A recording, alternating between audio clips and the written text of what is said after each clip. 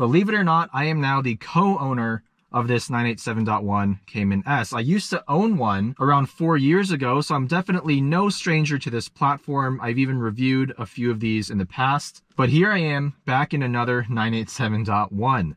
My buddy James and I decided to pick this up because we found a deal we just couldn't pass up on Bring a Trailer. This car with 58,000 miles we got for just over $25,000. Clean interior, clean exterior, and we're pretty light on the options here. No sport chrono, no PASM adaptive dampers, but we do have these sport seats with power recline. The exterior is basalt black, the interior matches. It came with the 19-inch Carrera Classic wheels, and the only mod on the car was a top speed exhaust. So why am I back in another Cayman S? Well, like I said, it was just too good of a deal. And to be honest, when I owned my Cayman S for only about a year, I didn't fully get to enjoy that car. I only tracked it once, actually just 2 sessions before the AOS blew, did a couple of canyon drives in it, but didn't really get the full Porsche Cayman S experience. Mostly, it was just a commuter, which this car can do, just not really the ideal commuter. So I feel like I just got a little bit tired of that car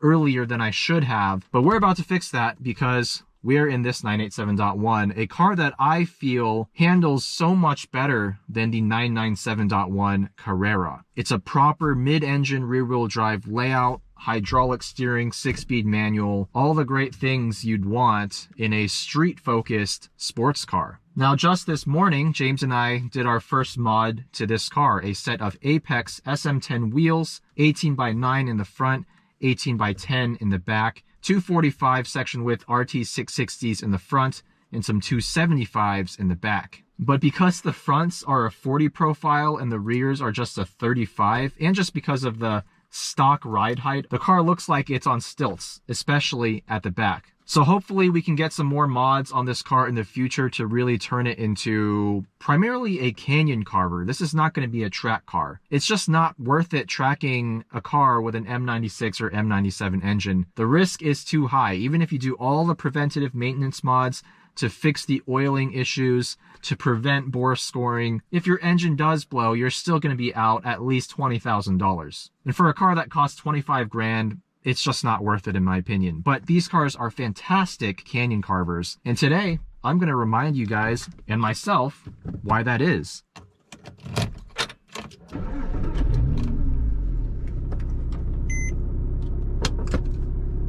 Love the feeling of the clutch in this 987. It's heavy, but it has so much feel. Stock suspension, just some sticky tires and an exhaust. Let's see how it does.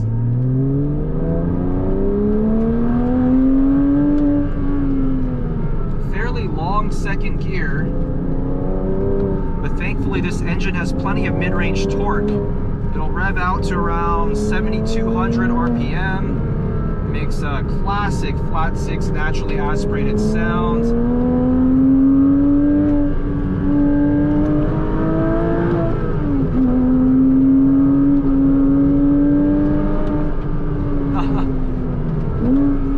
It's not a slow car by any means. 295 horsepower, 251 pound-feet of torque in a sub 3,000 pound car. It's 2,900 and change. And being mid-engine, sub 3,000 pounds, right around 300 horsepower, naturally aspirated 6-speed manual. It's just such a good driving experience. It communicates so well. It loves to turn. This hydraulic steering rack is brimming full of feedback. I would say the on-center feel leaves a little bit to be desired. It might be a tad over boosted, but once you get the front tires loaded up in the corner, it's one of the all-time great steering racks. Even with just 2 fingers on each hand holding the wheel, I can feel so much of what's going on with the front tires and the suspension. Later generation Caymans ditched the hydraulic steering in favor of EPS, and that is one of the things that makes the 987 special in my eyes.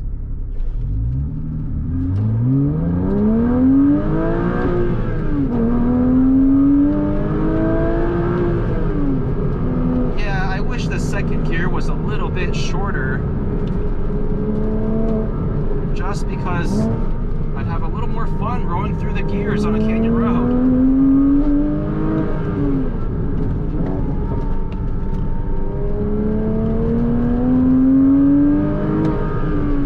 Brake pedal feels pretty good, nice and solid. Of course, the Cayman S came with bigger rotors and calipers compared to the base 2.7 liter Cayman. And while we're stopped here for a moment, let's talk about the interior of the Cayman S. I actually really appreciate the fact that this is pre-infotainment system. Yes, you could have spec'd an optional navigation system, but in 2023, it would be completely useless and unusable. This one has a much cleaner design, just a standard radio, your CD, FM, and AM. You can adjust your equalizer. We have 10 presets for your radio stations. It's just so simple. And look at this, we have physical controls for your HVAC. One thing I always found interesting in this generation of Cayman, let's actually count it. For the temperature, how many stages are there? 1, 2, 3, 4, 5, 6, 7, 8, 9, 10, 11, 12, 13, 14, 15, 16, 17, 18 levels of temperature adjustment.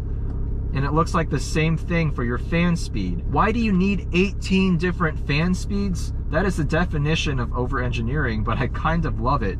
We also have 2-stage heated seats. I gotta say, these sport seats do a much better job of holding me in compared to the base seats on my previous Cayman S. Looks like the previous owner most likely had these climate control buttons refinished because these are just notorious for having the paint peel off over time. We've got this magnetic phone mount that's mounted a little low for my liking. The one I used to have was a little bit higher up, but still very, very useful. And I think every 997 or 987 owner should consider this mount because it just feels so solid and it's a very convenient location. Other than the peeling paint issue, like I mentioned, I actually really like the overall build quality of these cars. They feel like they're just put together very well. One other thing I'm not a fan of is these cheapo cup holders. You get 2 of them. They pop out like so. You have adjustable width, which is nice, but they're very, very shallow. Not very useful for larger bottles and cups. All right, enough of that. Back to tearing up this canyon road.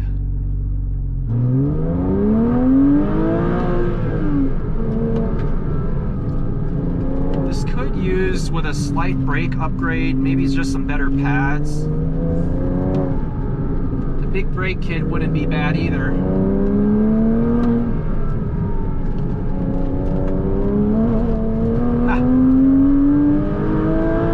Open differential, so you do feel the limitations of that if you really, really push it hard. You do get a little bit of one tire fire, but thankfully with these RT660s, a very sticky 200 treadwear compound,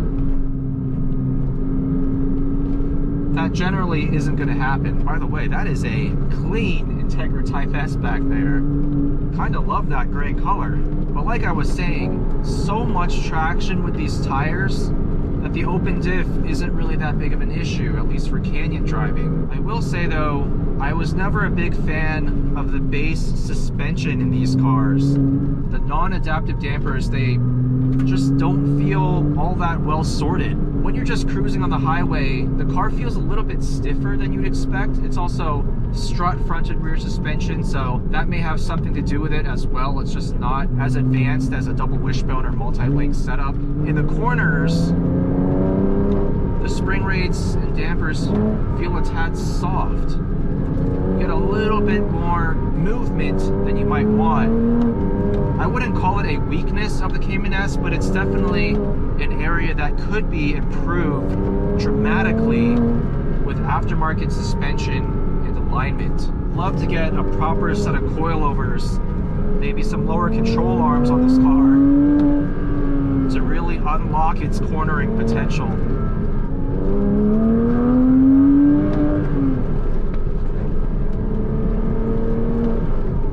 Like right there, just didn't really handle that crest in the most refined way. But gotta love this steering. So much feedback, especially with a sticky wide front tire compound. The steering weight increases as well. It's very sensitive to your alignment and your tires. The 6-speed manual works fine. It's not my favorite. It's a little loose and floppy in my opinion. Every single 987 I've driven has had this sort of feeling. So maybe an upgraded shifter linkage would be a nice mod as well. Just check out the sound of this exhaust though.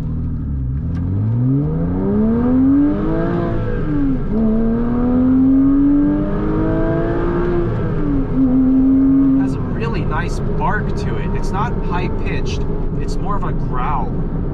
And it's cool because it has a remotely controlled valve. One press of the button on the remote that's in here, I can make it virtually as quiet as the stock exhaust.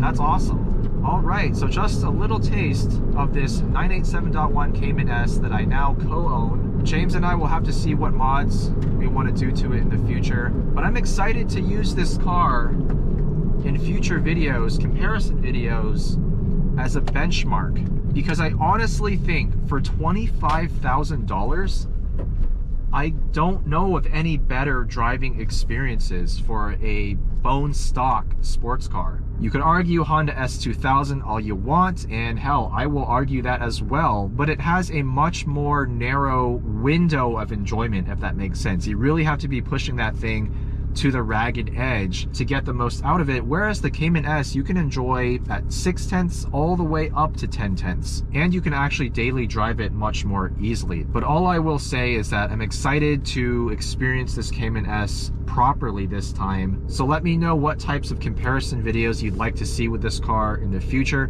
Let me know what mods you think would make sense on this platform. Thank you guys for watching. See you in the next one.